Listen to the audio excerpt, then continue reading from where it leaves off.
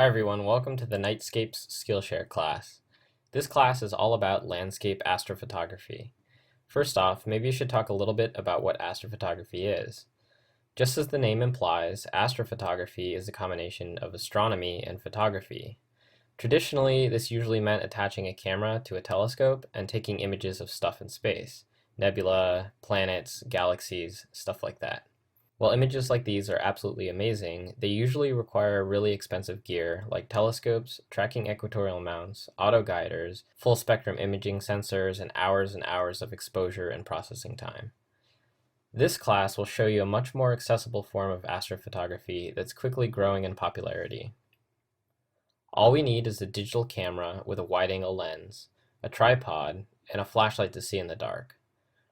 Rather than using a telescope with a really narrow angle of view to see distant objects in space, we'll use a wide-angle camera lens to capture our own galaxy as a whole with a landscape of the Earth in the foreground. The first and sometimes the most difficult thing to find for astrophotography is a dark location. Most of us who live in and around cities will probably need to make a trip a couple hours away to find dark skies. The very first place to go when looking for a new dark sky location is Jonathan Tomshine's Dark Sky Finder website. It's a simple light pollution chart of North America, and it gives you a general idea of what the light pollution is like near your hometown. Let's take a quick look at Los Angeles as an example. You can see the highest levels of light pollution highlighted in white, and as we move away from the city towards the north, we can see the levels taper off towards the green and blue.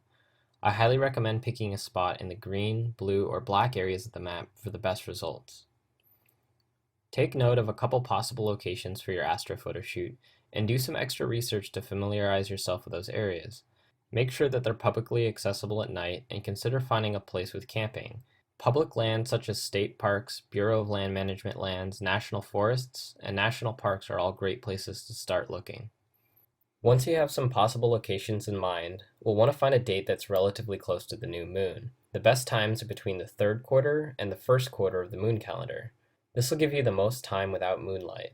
On the third quarter, the moon will rise around midnight, which gives you the time between sunset and moonrise to have the darkest skies.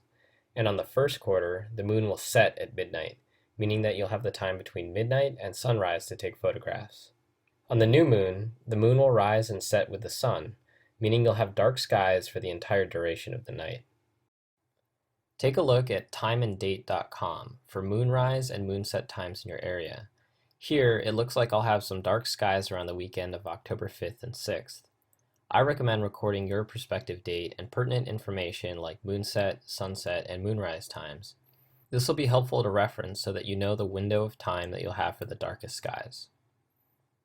Now that you have a time and place that will work great for your astrophoto shoot, you're ready to learn some basics of astronomy in the next video lesson.